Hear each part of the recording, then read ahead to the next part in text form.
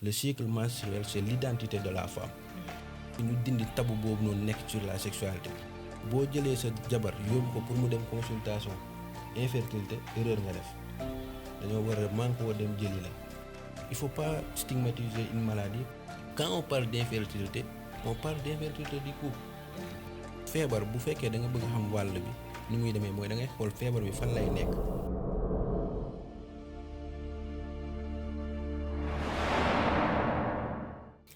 Bonjour et bienvenue dans La Parole de ta sœur, le podcast qui vous écoute, qui vous comprend et qui vous parle. En tant que jigéen, li ñuy yëg ci suñu yaram day bari, moo xam ci biir wala ci biti, te on n'est pas toujours à l'aise pour en parler. Aujourd'hui, on va briser le silence, on va répondre aux questions que toutes les femmes se posent en cachette.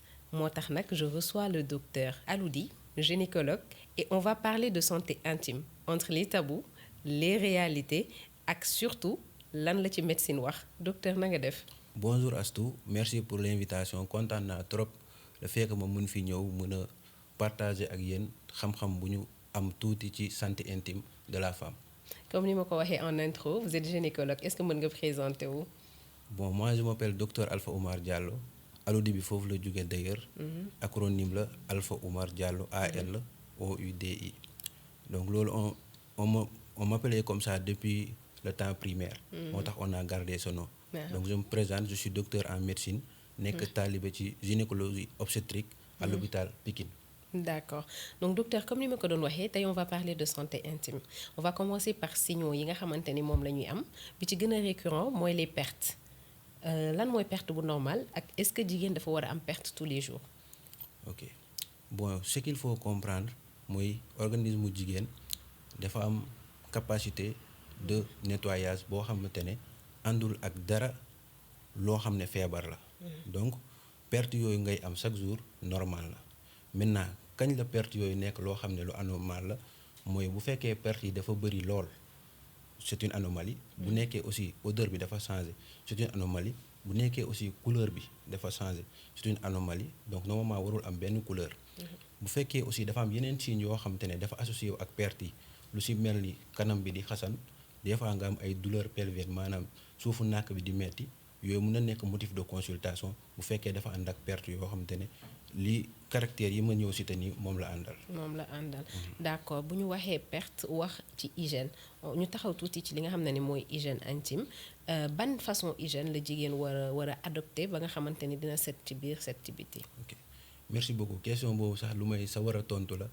Parce que en général femmes yi suñuy ñëw hôpital day fekk ñoom utiliser nañ seeni connaissance yoo xam ne soit dañ leen ko wax wala soit ñoom ci boppam ñoo njorte ni loolu baax na ñu utiliser woon ko ba mu commencé leen lor d'ailleurs ñu door a ñëw consultation. Donc ce qu'il faut comprendre mooy pour nga am set kanam laajul nga utiliser yenn produits yu corrosifs yi parce que des fois on reçoit des patientes à l'hôpital yoo xam ne dañuy utiliser sax eau de javel pour ci seen kanam waaw ci seen kanam. Donc loolu il faut savoir que loolu ça ne se fait pas. Donc yenn produits la ñu war a utiliser mun nga utiliser ndox bu simple boo xam ne amul benn produit boo xam ne da nga ko ci yokk ndox rek mun nga ko raxas plusieurs fois même pendant la journée bu nekkee ni ndox ngay utiliser. ndox kese waaw mais y a aussi des savons, y a des gels qu'on peut utiliser, y a des crèmes. Mais tout en sachant que y a aussi des désinfectants qu'on peut utiliser. Mais ces désinfectants là comment les utiliser munoo jël benn désinfectant di ko utiliser tous les jours wala 2-3 fois en une journée. Donc désinfectant yi boo ko utiliser il faut nga am avis médical il faut que ça soit sur prescription médicale ou bien benn conseil pharmacie boo xam ne daf la koy jox mu wax la naka nga koy utiliser aussi ci ban durée la parce que durée bi moo ci ëpp solo. dëgg la durée bi moo ci ëpp solo te itam bu fekkee ne du lu ñu la prescrire donc ndox rek doy na pour raxas ndax wax nga ko léegi dafa ànd ak système boo xamante ni auto nettoyage lay def moo waral perte yi. léegi bu ñu taxawee tuuti rek si encore si hygiène intime on va parler un peu de sous-vêtements ban qualité sous-vêtements la ñu taamu pour jigéen mu koy utiliser ak ci ban durée la war a bàyyi yooyu mu amoon pour wut yeneen. Voilà merci. Bon man su ma amoon conseil bu may joxe mooy bépp serviette hygiénique bu nga xam ne jigéen bi war na ko utiliser war na xool ci ginnaaw composants yi bépp produit boo xam te ne dafa am ay composants chimiques mieux vaut ne pas l'appliquer sur les parties intimes parce que composant chimique boobu noonu déjà xamoo ba xam ndax da nga ko allergie de deux xamoo est-ce que baax na de trois est-ce que produit bi ngay utiliser c'est certifié donc dañuy ñibbisiwaat tuuti si suñu période du maam ba léegi ñun ñu ngi gis ni jigéen ñi mën nañ utiliser li nga xamante ne suñu maam yi moom lañ doon utiliser mooy wut sër wala wut bon lu ñu doon tuddee laytaay d'habitude fóot ko ba mu set weer ko si naaj bi di ko def seen kanam yi te aussi pendant les périodes surtout menstrues dañuy bëgg ku jigéen ki ba ñu utiliser yenn serviettes hygiéniques yoo xam ne day tamponner trop. day sës trop da koy jege trop. le mieux sax mooy bu fekkee tampon mën na ko utiliser def ko ci culotte moom moo gën parce que boobu noonu nag day soxla benn espace boo xam ne day tax sang bi. bu dee sang bu bëri la mun a génn carrément mais boo ko ci najee trop day tax sang bi mun na des ci biir te loolu mun na indi ay complications après. dëgg la donc bépp produit boo leen di utiliser. su fekkee da ngeen ko jënd ci boutique wala ngeen jënd ko ci ku doon wër wala ngeen jënd ko fi nga xamante ne benn marché la dem leen bu fekkee ni produit bi am ngeen ci benn sikki sàkk dem leen ngeen xool yan composant la ngeen recherche sur Google wala ngeen laaj ci avis médical. ñu laaj ci avis médical avant ñu koy utiliser léegi bu ko defee sous-vêtements yi nga xam ne moom la ñuy sol ci lu nekkul menstrué lu ko mel ni les culottes c'est préférable qu'il soit en coton si j'ai bien compris. mieux vaut que mu nekk coton. voilà ak di ko weer ci naaj comme ni nga wax léegi. di ko weer ci naaj kii mais aussi surtout fóot bi dafa war a set waroo ko fóot ba pare aussi weer ko fi nga xamante ne amul benn naaj amul benn lumière. parce que naaj boobu noonu température bi leen ciy soxla day mën a rey yenn germes yi nga xamante ne yenn température duñ ko mën supporter.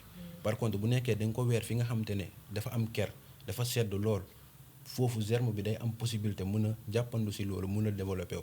donc en quelque sorte da ngay jël microbe bi appliqué ko carrément si sa partie intime. donc loolu source d'infection la. bi indi ay infection donc c'est ce qui fait que le plus souvent quand on reçoit des femmes qui ont des pertes qui sont nauséabondes wala perte yu bëri dañ leen di laaj est-ce que soo leen fóotee seen culotte yi da ngeen koy weer ci biti wala ci biir douche bi ngeen koy téye. léegi dama bëgg ñu waxtaanee cycle menstruel comme moom la jigéen ñëpp am en commun mais balaa ñu cee sori dama bëggoon xam yan signe la xam ñoo xamante ni c'est prémisse ku ko gis war nga xam ne yow lii nga am infection la wala lii nga am soxla na nga gis gaaw gynécologue. merci donc comme ni ma expliqué sànq normalement perte bi nga xam ne xale bu jigéen bi dina ko am tous les jours pendant le long du cycle perte la yoo xam ne amuñu couleur te aussi amuñu odeur bi c'est mën na nekk tuuti loo xam ne c'est une odeur acide. mais bu nekkee odeur bi dafa changé maanaam nga gis ni lii kat dafa xeeñ wala aspect de poisson pourri le plus souvent mooy da ngay yëg ni lii génn sa kanam nii dafa am xetu jën bu nëb donc loolu mën na nekk motif de consultation mais aussi bu fekkee perte yi dafa bëri trop mën na la tax nga dem consulter wu ji waaye bu nekkee dafa ànd ak ay signes yi ma nga xam te ne cité naa ko sànq. mooy lu ci mel ni douleur pelvienne. ay prurits vulvaires yooyu noonu war na tax nga mën a dem ci médecin mu xool la et il faut savoir que boo demee consulter wu ji balaa ñu laa bindal benn garab war nañ la demander ce qu'on appelle le prélèvement vaginal. parce que vous serez d'accord ak man que bu nekkee ni infection la microbe moo ko waral léegi pour que ñu jox la traitement bi nga xam ne moo adapté il faut que ñu xam ban microbe la. maintenant nag mën nga dem fenn kenn ki bindal la garab boo xam te ne c'est comme ça dafa xalaat ni lii la war a mën a nekk mu bindal la ko mu efficace mais bu fekkee efficace wul il faudra après mu def PV mooy prélèvement vaginal pour xam exactement ban souche microbe la et aussi ban garab la lay mën a jox parce que day ànd ak antibiogramme. d'accord donc comme ni ma ko waxee léegi ñu ñëw léegi nag ci cycle menstruel lan mooy cycle menstruel d'abord bu normal. ok donc pour nga xàmmee cycle menstruel bi nga xam ne normal na mooy yii ngay xool ci yow cycle bi ñaata jours lay durer normalement 21 jours la ba 35 jours donc cycle bi nga xam ne dafa romb 35 jours baaxul waaye bu néew 21 jours c'est pas quelque chose de bon. ça doit alerter et ça doit être un motif de consultation beneen bu ci topp mooy menstrues yi maanaam période bi ngay saigner 3 jours la ba 8 jours bu rombee 8 jours da nga war a consulter wu waaye bu gënee néew 3 jours da nga war a dem consultation et aussi savoir que quantité bu nga war a saigner c'est en moyenne normalement 50 millilitres maanaam warul nekk sang bu bëri trop bu nekkee sang bi dafa bëri trop mën na la indil des complications comme l'anémie aiguë yoo xam te ne dañ koy faral di gis ci yenn femmes yi nga xam te ne dañuy am carrément des cycles avec perte sanglante abondante.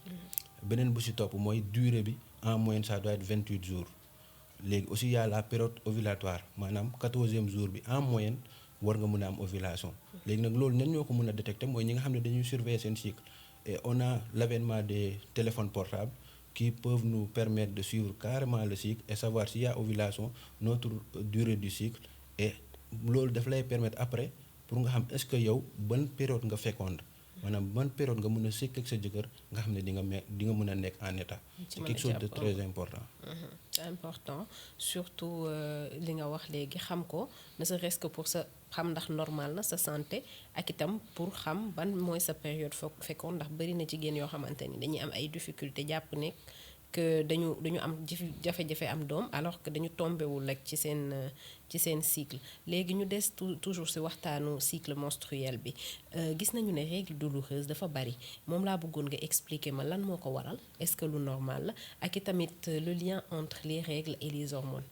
Ok merci ce qu'il faut comprendre que mooy nit ki chaque cycle mun nga am modification mooy da ngay am modification yoo xamante ne mun na nekk loo xam ne lu néew la léegi wala loo xam ne daf fi nekkoon depuis bu yàgg si noonu la ñuy mën a waxee sur les douleurs pendant les menstrues bu nekkee yow ba ngay door a tàmbalee gis règle yi dafa ànd ak douleur donc mun nañ jàpp ni yow mi c'est ce qu'on appelle les dysménorrhées primaires maanaam yow sa règle soo koy gis day metti par contre bu nekkee koo xamante ne daawootoon am règle yu metti nga jékki-jékki rek règle yi commencé metti loolu motif de consultation la da ngay dem ñu xool la léegi nag kañ la douleur yooyu noonu la ñuy jàppee ni lii day doon motif d'hospitalisation bu fekkee ni douleur yooyu noonu daf lay tere nga am activité quotidienne bu normal bu fekkee par exemple da lay tere liggéey bu fekkee daf lay tere jàng bu fekkee aussi daf lay tere def yenn activités yoo xam ne c'est des activités acceptables au niveau domestique loolu day nekk motif de consultation et même des fois day tax ñu mën a hospitaliser malade bi calmer douleur yi carrément benn fan ñaari fan ba ñetti fan ça dépend de l'intensité de la douleur léegi dañuy waxaat ci cycle bi pourquoi parce que cycle boo ko surveiller si ngay tax nga xam yow est-ce que réellement hormones yi nga am ci sa yaram yoo xam ne chaque cycle day vaciller pour mun laa jox ovulation mais aussi day vaciller pour mun laa jox menstru est-ce que normal nañ bu fekkee ni nit ki dafa am cycle bu rapproché trop donc dañuy jàpp ni ñaari ci phase yi mooy phase lutéale bi ak phase folliculaire bi am na benn boo xam te ne nekkul di joxe normal je sais pas est-ce que vous comprenez ce que si je comprends. Voilà donc bu fekkee cycle dafa gën a néew 21 jours dañuy jàpp ni kooku am na trouble boo xam ne c'est au niveau hormonal donc il faudra ñu doser hormones yi xool ban hormone moo ci am problème pour que ñu mën a jox correction bi nga xam te ne day adapté léegi soo xoolee l'avènement des SOPK mooy syndrome des ovaires polykystiques d'habitude ci noonu sax lañ koy diagnostiquer mooy irrégularité du cycle ki nga xam te ne dafa amoon cycle bu normal amul benn problème chaque mois day gis règle mu jékki-jékki règle yi di tëb donc kooku day ñëw hôpital ne man dama doon am cycle bu normal ma jékki-jékki règle yi commencé tëb après dinañ xool yeneen signes yoo xam ne c'est des signes yoo xam ne dina associé wu bu fekkee ni syndrome des ovaires polykystiques la ñu mun kaa defal échographie wala ñu demander ko bilan hormonal pour que mu confirmer diagnostic bi donc en quelque sorte le cycle menstruel c'est l'identité de la femme donc il faut bien connaître son cycle et bépp problème bi nga xam ne da nga ko gis de manière nouveau maanaam loo xam ne nekku fi woon mu ñëw fi ci biir cycle bi loolu war na mën a tax nga dem xooli gynéco wala nga dem xooli sage-femme pour que ñu xam lan moo waral problème boobu donc loolu moom je le conseille à toutes les femmes de bien connaître leur cycle. donc cycle dafa nekk loo xam ne dafa am solo comme ni nga ko waxee ndax jigéen ñëpp ñoo koy am te dafa bokk ci jigéen. mooy carte d'identité wu jigéen. mooy carte d'identité jigéen su yéexee wala mu su dee teel di ñëw wala mu di tardé. dafay jaadu nga dem xooli docteur mu mën la wax lan moo waral loolu léegi bu ñu jógee ci cycle yi on va parler maintenant de sexualité on trouve que. De plus en plus de femmes, peut-être sur les réseaux, on en parle. On parle de douleur pendant les rapports sexuels. Est-ce que c'est normal? Ben sujet la boo xam ne bu tabou. D'ailleurs, j'ai toujours le plaisir d'en parler parce que j'ai fait ma thèse sur ça. Donc, Sénégal fii nii amuñu habitude di wax ci sexualité. Mais ce qu'il faut retenir mooy pendant les rapports intimes, on ne doit pas avoir de douleur. Mais on doit avoir du plaisir. Léegi nag bu nekkee douleur am na, il faut savoir douleur yi ba fan lay yóbbu xale bu jigéen bi est-ce que douleur yooyu noonu dina ko traumatiser ba nga xam ne prochainement du bëggati sëkk ak jëkkëram wala est-ce que douleur yooyu noonu dina tax dina indi am na lenn pardon lu mu làkk ci ginnaaw est-ce que endométriose la est-ce que vaginisme la est-ce que sécheresse vaginale la mais est-ce que nekkul tamit femme boo xam ne dafa accouché woon accouchement bu metti ñu defaloon ko épisio mu traumatisé wu bañati jël ëmb ba tax léegi dafa ragal rapport sexuel yi donc moi ce que je conseille mooy en cas de douleur pendant les rapports il faut en parler dans le couple mooy ngeen waxtaan ci bu nécessité consultation ngeen dem ñu consulter leen. Maintenant y a plusieurs signes yoo xam ne ou bien étiologie yoo xam ne c'est des étiologies bénignes boo leen demee hôpital dañ leen di jox ay garab wala ay produits yoo xam ne da ngeen koy utiliser lors des moments intimes yoo xam ne dina faciliter rapport yi mettit bi dina wàññeeku ku nekk am ci plaisir muy ko góor ki muy ko jigéen ki. donc loolu baax na ñu leeral ko. ñu leeral ko kon day nekk moom tamit motif de consultation. bu fekkee ne dafay frigide comme on dit wala muy metti pendant les rapports intimes dafay jaadu ñu ñëw gis ñëw kër docteur gis leen. d'ailleurs man loolu sax damay kontaan. nit ki ñëw consulter wu pour des douleurs pendant les rapports. lu ñuy wax dyspareunie man loolu dama ciy kontaan parce que y a beaucoup de problèmes qui se soulèvent dans notre société c'est dû à ça mooy ku jigéen ki day jékki-jékki téye boppam ku góor ki du xam lan moo tax bu nekkee ku jigéen ki teel na ñëw hôpital ne man kat damay bañ a sékk ak sama jëkkër parce que day metti kooku da ngay mën a faj problème am bu ko defee prochainement suy def rapport bi da ci am non seulement plaisir mais aussi da ciy sawar. donc man loolu damay bëgg sax femme enceinte yi dama leen di exiger femme yi en général dama leen di exiger sax ñuy ñëw consultation pour dyspareunie pour que ñu xam lan moo ko causé mais aussi ñu mun leen jox traitement bu adéquat wala ay conseils. traitement wala ay conseils xam naa ne nekk na sujet boo xamante ni jigéen yu bari duñ ci nekk à l'aise pour di jóg di ci dem hôpital. moo tax ma sawar ci wax. moo tax nga sawar ci tontu parce que dama bëgg jigéen yi di ñëw di consulter woon ndax loolu. xam ne c'est pas normal et que lu ñu war a faj la lu ñu mën a faj la. et aussi ñu dindi tabou boobu noonu nekk sur la sexualité. parce que su fekkee sexualité amutoon ñun on allait disparaître. donc sexualité c'est quelque chose qui est là qui est normal on doit en parler. bu fekkee problème am nañ ci dañ ci war a jug dañ ko war a régler. D'accord donc on va rester toujours dans le thème on va parler maintenant xam nga en tant que jigéen ñun dañu xaw a sàggan. yenn saa yi dina am ay signes yoo xamante ni day am ci jigéen bi. mais tout le temps da koy négliger ba mën na ko yóbbu foo xamante ni balaa ñëw ci yéen day fekk bu weesu wala mu yegg ci étape bu mënoon ñàkk. quels sont ces signes nga xam ne que mooy ñëwal souvent jigéen mu koy négliger te mu nekk motif de consultation. merci bon loolu aussi lu ñu koy remarquer surtout si suñu société bi dafa bëri parce que ñu bëri dañuy am problème ñoom xam nañ ne am nañ problème de mais duñ dem hôpital. dañuy dem ci seen benn tante wala seen benn bàjjenu gox mu conseiller leen alors que am na signes yoo xam ne boo ko gisee si yow rek daf la war a arrêter automatiquement comme sànq ni ma doon waxee ci cycle menstruel bi cycle menstruel mooy carte d'identité wu jigéen donc lépp loo xam ne modification la pendant ce cycle là ça doit être motif de consultation. bu nekkee cycle bi da nga jékki-jékki woon amoon cycle bu régulier mu jékki-jékki tëb ñëwatul normal day ñëw benn mois toog 2 mois door a ñëwaat loolu motif de consultation la war a nekk parce que yow meloo woon noonu beneen bu ci topp mooy bu fekkee ni yow da nga jékki-jékki woon musoo am barbe par exemple. nga jékki-jékki am barbe. ci jigéen loolu trouble hormonal lay nekk. da nga war a dem consulter wu. mais ñu bëri dañuy négliger signes yooyu. yeneen bu ci topp mooy bu nekkee da nga nekk di am ay saignements yoo xam ne c'est des saignements inexpliqués entre 2 cycles da ngay gis benn yoon wala ñaari yoon deret mais nga toog ni benn fan la rek amul benn problème te loolu après au fil du temps moo lay jox ce qu'on appelle les anémies chroniques te après suivi bi day gën a jafe waaye traitement bi nga xam ne moom moo waral saignement yooyu day gën a jafe parce que c'est des examens qu'on va demander pour savoir lan moo nekk di saigner réellement mais aussi lan moo nekk di ko waral est-ce que c'est des troubles hormonaux est-ce que c'est quelque chose qui est là au niveau utérin au niveau des ovaires qui est pathologique et qu'on doit gérer. Donc en quelque sorte ce que je dis mooy la consultation précoce règle beaucoup de choses. Et moi ce que je conseille mooy il faut consulter en excès. moo gën ñàkk consulter maanaam nga gisoon sax benn karaw bu génn sa yaram amu fi woon nga dem ne médecin bi man kat sama karaw bi amutoon si man dama bëgg nga xoolal ma ko mu xool ne non lii du dara parce que loolu médicalement amul benn cause bu koy wane donc yow tey indemne. parce que lu tax mooy pathologie yuy dal jigéen yu bëri dafa metti te ñun man en quelque sorte j'aime pas voir la souffrance des femmes.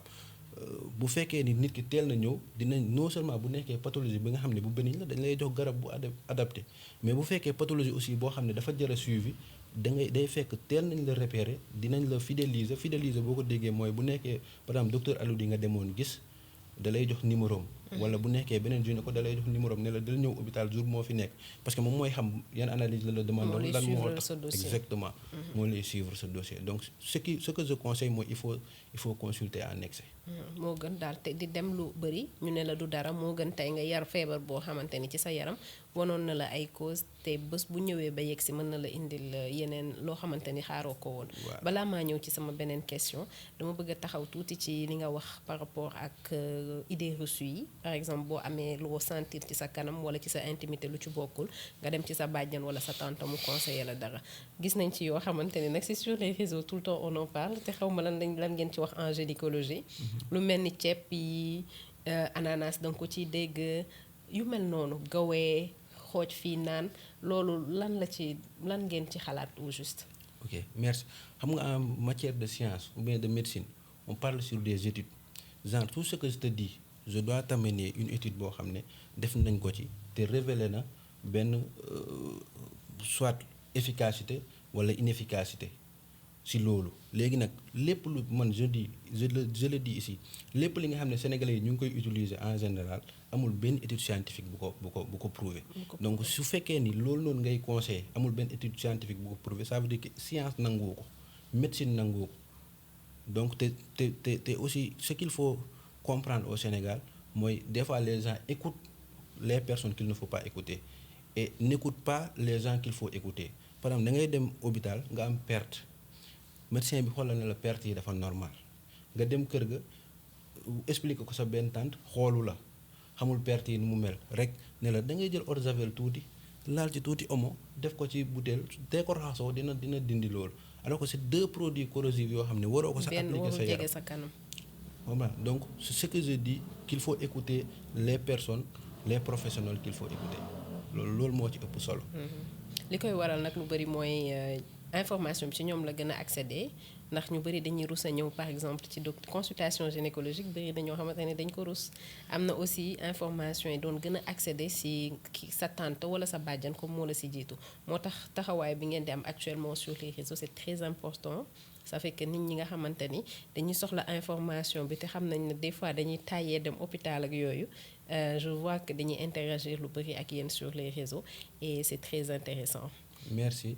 D'ailleurs foofu dama ciy taxaw tuuti parce que un jour on m'a posé cette question pourquoi les médecins d'un seul coup se sont mis à informer à influencer ce que j'ai répondu mooy su fekkee nit yi ñu ngi wax ci médecine c'est des influenceurs bon je ne dénigre aucun influenceur mais c'est des influenceurs yoo xam ne amuñu benn diplôme ci santé voilà jànguñu ko ah malgré qu'on les respecte waruñu ci wax loo xam te ni lu dëgg ñun ñu toog di ko seetaan dañoo am droit ak obligation dem leeralal population bi donc par rapport à consultation gynéco yi ça dépendra bu fekkee nit ki privé la bëgg c'est normal que des fois day cher parce que rendez-vous ngay jël gynéco bi day bàyyi yenn activité mi dem mais centre de santé yu bëri ñu ngi fi yoo xam ne am nañ gynécologue les hôpitaux lu ci mel ni Dalal Jàmm Pikine fu ma nekk CTO hôpitaux yu bëri dañuy am consultation gynéco te c'est pas cher d'habitude ticket bi 5000 la. te de est-ce que accessible na ba ci les zones les plus reculées du Sénégal hôpital yëpp est-ce que ñi ngi jàpp nga ne ñi ngi koy jotee noonu.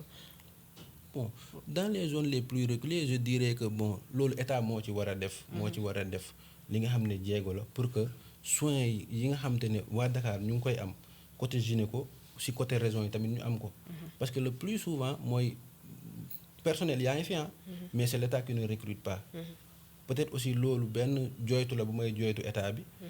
personnel yaa ngi fi man je connais des gens yoo xam ne pare nañ seen médecine ay soit ay anciens internes lañ mooy dañoo defoon concours réussir ko pare liggéeyuñu te état baa ngi fi nii di recruter par ci par là di nommer ay ministres. donc normalement war nañ mën a gëstu population yi nga xam ne dañoo nekk fu sori ñu woo gynécologue yi laaj leen qu'est-ce qu'il vous faut pour être dans ces zones là. parce que voilà le plus souvent xam nga lan mooy tere médecins yi ñu dem ci régions yi. mooy dañ lay yóbbu fenn par exemple ñu yóbbu la supposons ñu yóbbu la ma jël sama dëkk Kolda par exemple ñu yóbbu la benn dëkk bu sori ci biir Kolda amul échographie amul bloc amul dara loo xam ne dina la permettre yow nga mun faa liggéey. boo fa demee lan la lay indil mën na la indil xaalis mais est-ce que loolu kese ngay wër da ngay wër faj jigéen ni ñu wër. léegi pour nga faj il faut nga def écho pour nga faj foog nga dugg bloc léegi bu nekkee yooyu noonu amu fa man boo ma fa yóbbee damay bañ. wala dama la naan impact bi nga soxla. exactement parce que loolu daf may day tax sa man ma désapprendre.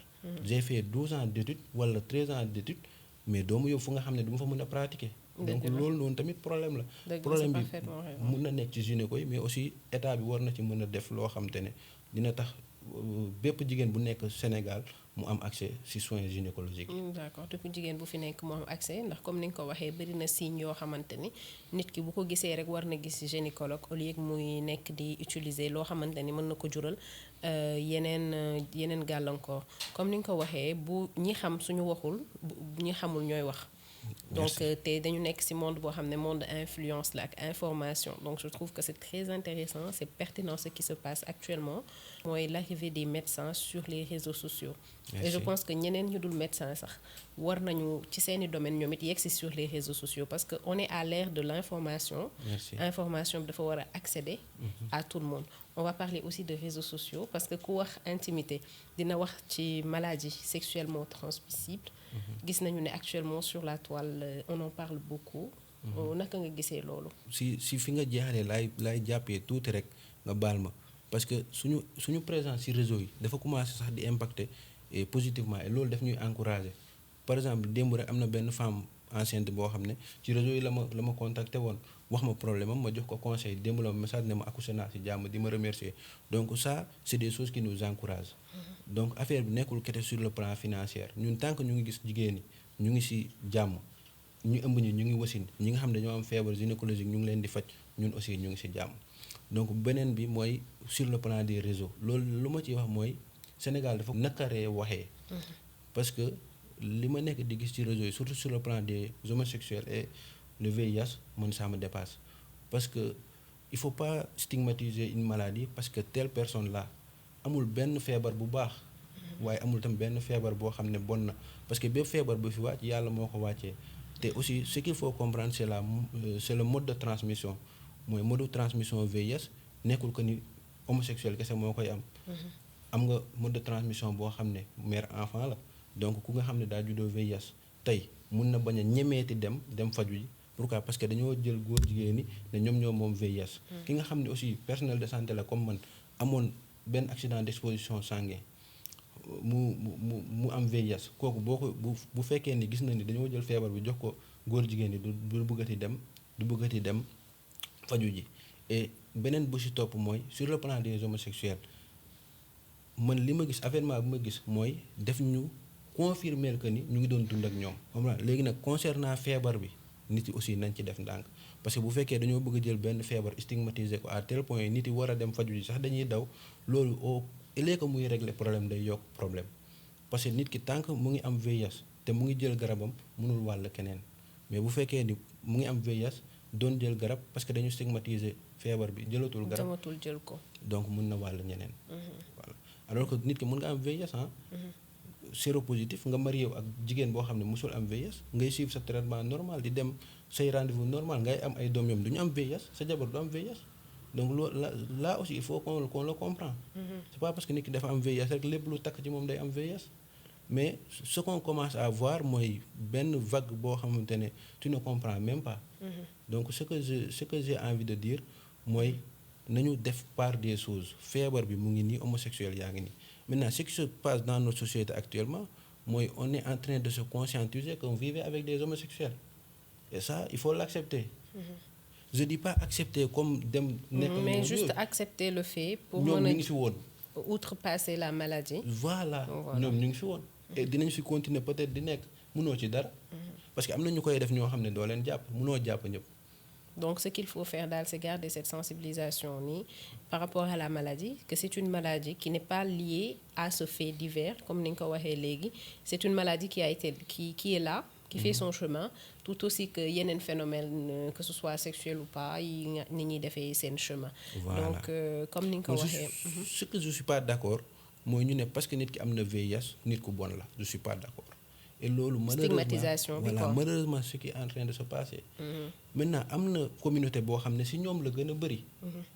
mais man mos naa gis imam boo xam ne VIH positif la kooku mënoo wax ni ku bon la Non, en fait, parce que comme ni nga wax rek, comme on disait tout à l'heure, les informations, on les avait, mais on n'avait pas les bonnes informations. Parce que ñi ko doon jàllale peut-être jàllale wuñu ko comme nii nga wax nii, ça va servir à des gens de comprendre que bon maladie boo xam te ne dafa am ay modes de transmission yu bari. Merci. dont la transmission sexuelle. Et comme on parle d'intimité aussi, peut-être que ci côté boobu la ñuy gën a waxtaane par rapport ak yeneen maladies yi nga xamante ni c'est sexuellement transmissible.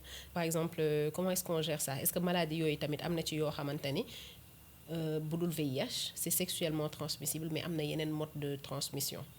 Bon pratiquement xam nga feebar bu fekkee da nga bëgg xam wàll bi ni muy demee mooy da ngay xool feebar bi fan lay nekk genre si yan produit wu nit ki lay nekk. Par exemple, prenons le cas de l'hépatite B. L'hépatite B, on a la transmission mère-enfant qui est là. On a la transmission sanguine qui est là. Mais on a la transmission par le salive. Maanaam tey boo jëloon dara. wala nga sekkoon ak kenn fleur boo xamante ne mun na tax seen tuflit yi nekk en contact mun na la wàll. Donc virus boobu dañuy jàpp ni mu ngi ci deret bi waaye mu ngi ci tuflit bi mais aussi mu ngi ci sperme bi wala mu ngi ci sécrétion vaginale ku jigéen ki. Donc pour nga comprendre affaire yi loolu la. nekkul que ni parce que dama am maladie sexuellement transmissible rek que su ma la nuyoo da lay wàll wala il faut savoir feebar boobu noonu ci yenn produit wu nit ki lay dem. Si tu prends aussi le cas du syphilis maladie sexuellement transmissible la c'est la même chose donc mu ngi ci deret bi bu nekkee ci deret bi mun na wàll mère enfant mun nga am transmission mère enfant mais aussi mun nga am transmission sexuelle. Donc ce qu'il faut comprendre sur les maladies sexuellement transmissibles c'est ça donc si on te le transmet fan lay nekk. fan lay dem ci nit ki est-ce que day dem au niveau salivaire est-ce que day dem au niveau du sperme et à quelle quantité du virus lay demee foofu ban quantité la fay nekkee ni nga ko waxee léegi et c'est tellement intéressant que dinaa si revenir mooy par rapport ak li nga wax stigmatisation bi am autour du VIH et c'est un phénomène qui est là gis nañ ko ñun ñëpp peut-être parce que bu fekkoon ne sax liñ ci jot a xam sax tuuti mooy comme ni ma ko waxee information bi léegi niñ koy jotee te mu am solo bu taxuloon loolu les gens allaient plus nekk ci stigmatisation ndax duñu xam exactement. Donc pour rester dans le sujet on va parler de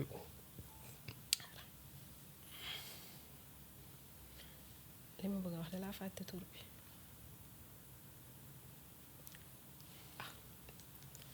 léegi pour rester dans le sujet on va parler un peu de planification familiale. On trouve que des fois maa ngi gis ñeneen ci waxtaan ci ay live et tout lan mooy planification familiale kan moo ko war a def ak yan méthode moo ci am. Merci pour la question d'ailleurs parce que bëri na ñoo xamante ne dañuy def planification familiale après ils se retrouvent avec une pathologie ils veulent coûte que coûte relier cette planification à la pathologie.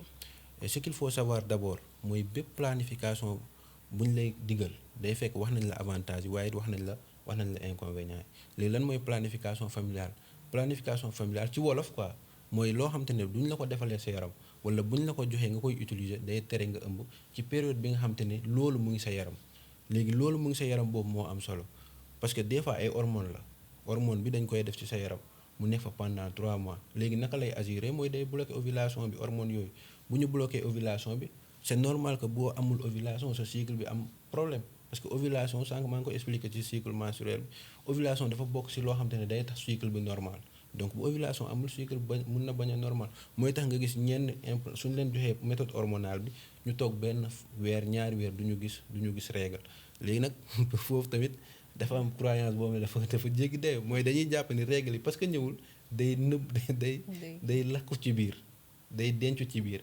pour que après mu ñëwaat alors que loolu c'est pas ça. parce que su fa nekkee rek day génn. voilà jusque day bloquer cycle bi loolu méthode hormonale yi ñoo koy def méthode hormonale yi mooy implant bu ñu lay defal fii nii wala pilule lu ñu lay jox nga naan ko léegi nag y a les méthodes yoo xam ne c'est des méthodes barrières mooy par exemple spermicide yi condom bu ñuy utiliser que ça soit masculin wala féminin mooy préservatif bu ñuy utiliser. y a les méthodes naturelles mooy maman d'habitude bu jigéen ki amee doom dañu lay wax nga def allaitement maternel pendant 9 mois wala 1 an 6 mois ça dépend bu nekkee da nga koy def normalement méthode contraceptive la aussi waaye am na méthode boo xam te ne non hormonale la boo xam ne dispositif intra-utérin lay nekk. Dispositif intra-utérin y a le dispositif intra-utérin avec hormone et sans hormone. léegi nag man personnellement ce que je conseille mooy bu tànk ku jigéen ki mën na utiliser non hormonal bi moo gën ci moom. moo gën ci moom parce que hormonal bi dafay am ay njeexital. jeex na hormonal bi moo mën a modifier sa fonctionnement wu yaram. donc ci kon ñi nga xamante ne ñi ngi wax parfois prise de poids et cetera yooyu yëpp da koy def. da koy def.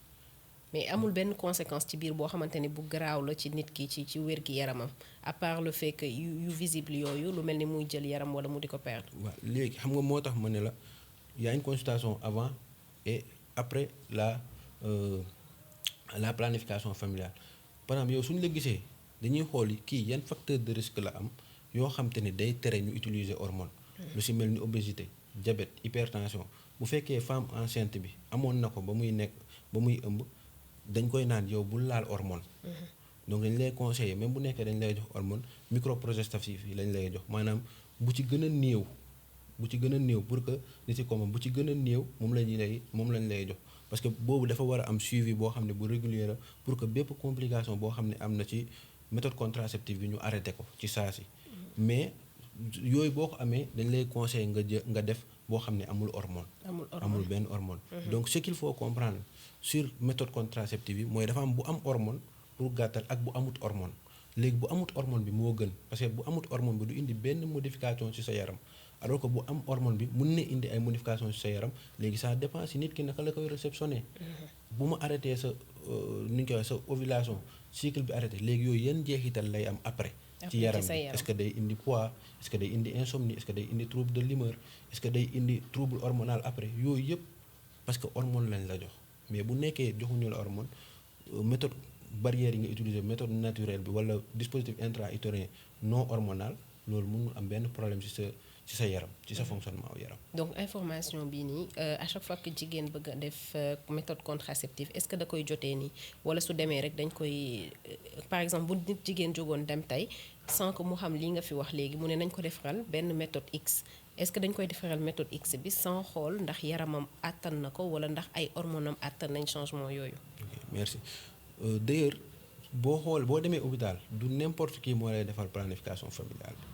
c'est pour cela pour que nit ki nga xam ne daf la koy defal mu defal la consultation avant xool sa yaram ba pare xool yow sa yaram bii nga am ban la mën a conseiller léegi si yu mu lay conseiller noonu tamit bu ne am na avantage am na inconvénient yëpp am avantage am inconvénient parce que même les méthodes non hormonales yi ma la cité nii par exemple prenons le cas du dispositif intra-utérin boobu kese amul benn changement bu muy def sur le plan hormonal mais il y a des effets secondaires saignement infection perte abondante yooyu mën na ko indi donc nit ki moo tax mu lay xool ne yow sa morphotype bii nga am wala sa analyse yi li mu wane wala diabète bii nga àndal wala tension bii nga àndal yow bii laa lay conseillé bu nekkee nag amoo benn pathologie amoo benn particularité benn antécédent n'importe quel contraceptif tu peux l'utiliser.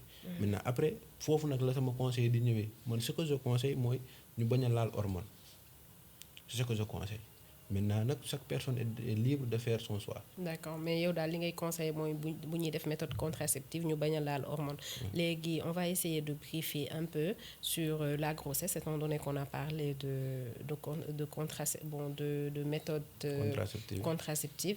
Donc là à quel moment est-ce que jigéen bi nga xam ne deful benn méthode contraceptive am na borom kër ñu ngi dëkk c'est à quel moment la war a commencer jaaxle si ñàkk am doom bu fekkee deful méthode contraceptive.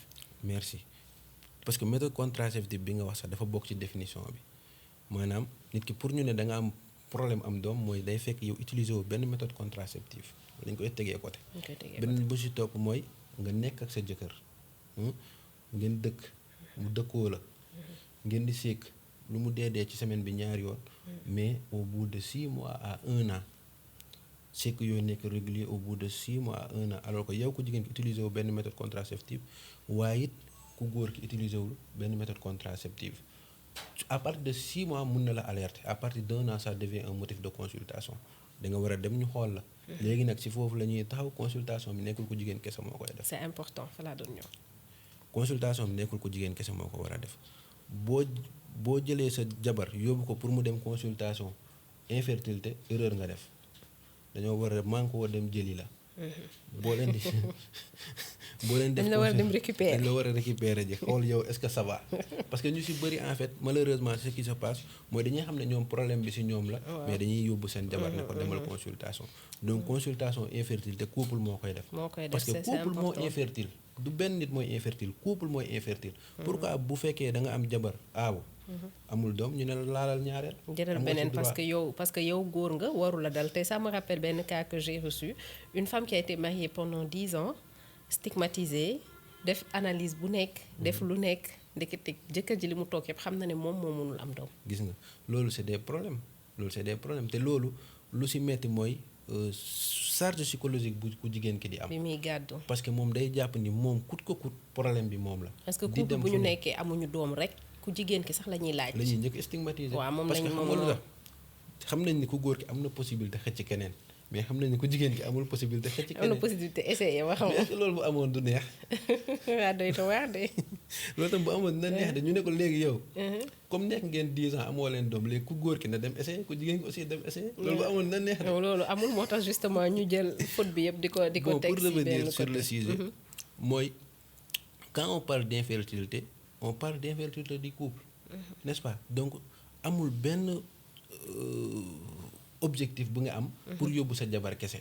parce que bu ñu xoolee sa jabar gis ni lépp a ngi normal mën nañ ko bindal garab jox ko ne ko non yow peut-être lii moo tax amoo doom lii la alors que ku góor ki mu ngi nekk ak problème am nekk kër ga alors que ku góor ki bu ñëwoon rek dañuy gis problème am tegee ne la ko jigéen ki faj ko moom. et des fois lu bëri tamit lan mooy indi problème yooyu mooy dañuy stigmatiser carrément les couples infertiles wala les couples qui ont un problème de concevoir. alors que man ce que je dis mooy couple ñoom ñaar la. genre man su ma amee jabar ñu am problème am doom ñun ñaar la ñoo ci war a waxtaan mais waruma déglu keneen ci biti. déedéet. parce que man dama ko war a soutenir dama ko war a jàppale dama ko war a comprendre aussi parce que suñu société bi malheureusement moo bindoo noonu mooy ku góor gi bu xëyee day dem ku jigéen ki lay bàyyi ci kër gi bàyyi ko ak goro yi ak tante yi ak ñoom seen léegi ñoom bu ñu gisee doom dañuy jàpp ni ku jigéen ki la. bu ñu gisul doom dañuy jàpp ni ku jigéen ki la. donc yow ku góor ki da nga war a toog ak sa jabar waxtaan ak moom laaj ko parce que même c'est ce qui même se passe dans les problèmes sexuels maanaam bu nekkee couple bi am nañ problème au niveau des rapports et day ko ñoom ñu waxtaan ko seen biir. dañuy génn di wax feneen seen problème. ñu jot conseil yu bon après du leen servir dara. donc bu nekkee am ngeen problème am doom à partir de 6 mois war na la alerter léegi à partir de 1 an war nga dem consulter wu ji. voilà c'est ça. d'accord donc c'est important à part que li nga wax léegi surtout que consultation bi ça se fait à 2 mais yéen a ngi jël mesure dans la mesure où comme que jigéen bu toog nekk ak borom këram lu mat 6 mois bay jàpp at te amul doom day ñëw seeti gynécologue mais est-ce que gynécologue bi mi ngi jël mesure laaj ko borom këram woolu ko pour que nag ñu faju ñoom ñaar.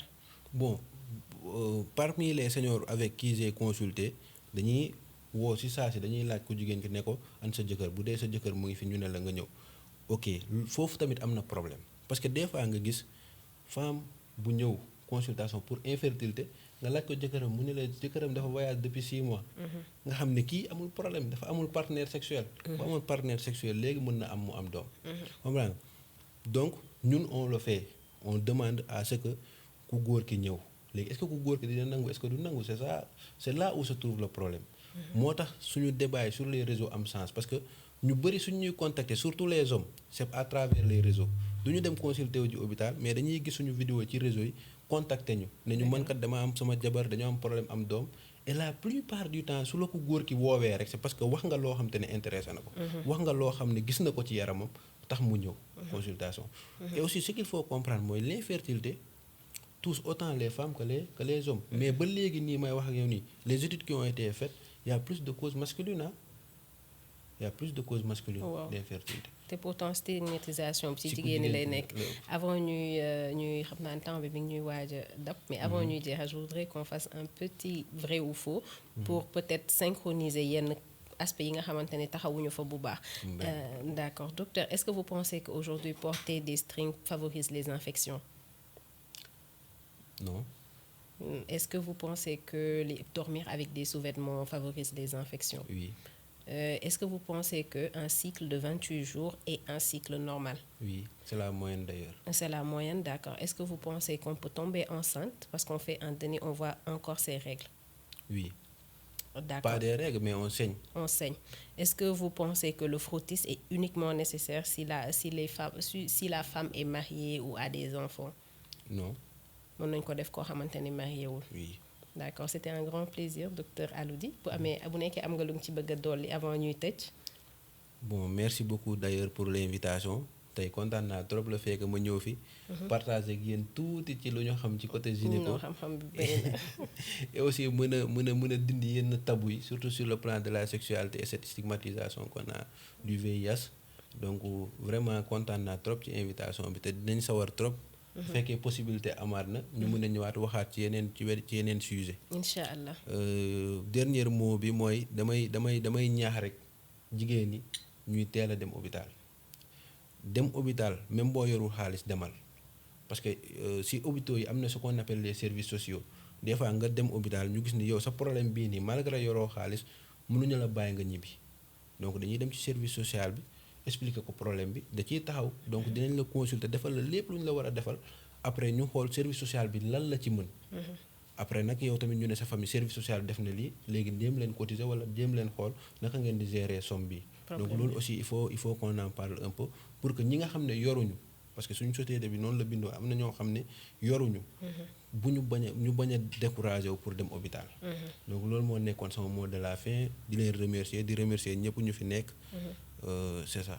D'accord, merci beaucoup docteur ñu ngi lay remercier yow tamit c'était un grand plaisir de recevoir la dans la parole de ta sœur comme ni ngeen ko déggee la santé intime elle est primordiale képp koo xam ne am nga lu la jaaxal ci sa yaram mën nga ci dem hôpital waxtaan ci ak gynécologue yi ndax loolu mooy seen liggéey dinañ la dalal dinañ la comprendre te dinañ leen accompagner l'émission a été possible grâce à la régie Bouba Djidi ak toute l'équipe de Lamtoro Production Oumou Sip Tiny Style Fatima moo jaar ci tenue bu rafet bi macha allah ñu ngi leen di jox rendez-vous la semaine prochaine pour beneen épisode en attendant mën ngeen interagir ak ñun ci suñu réseaux sociaux yi Instagram TikTok ak Facebook di leen def d'ailleurs benn live ak docteur Aloudi pour répondre plus amplement à vos questions merci beaucoup.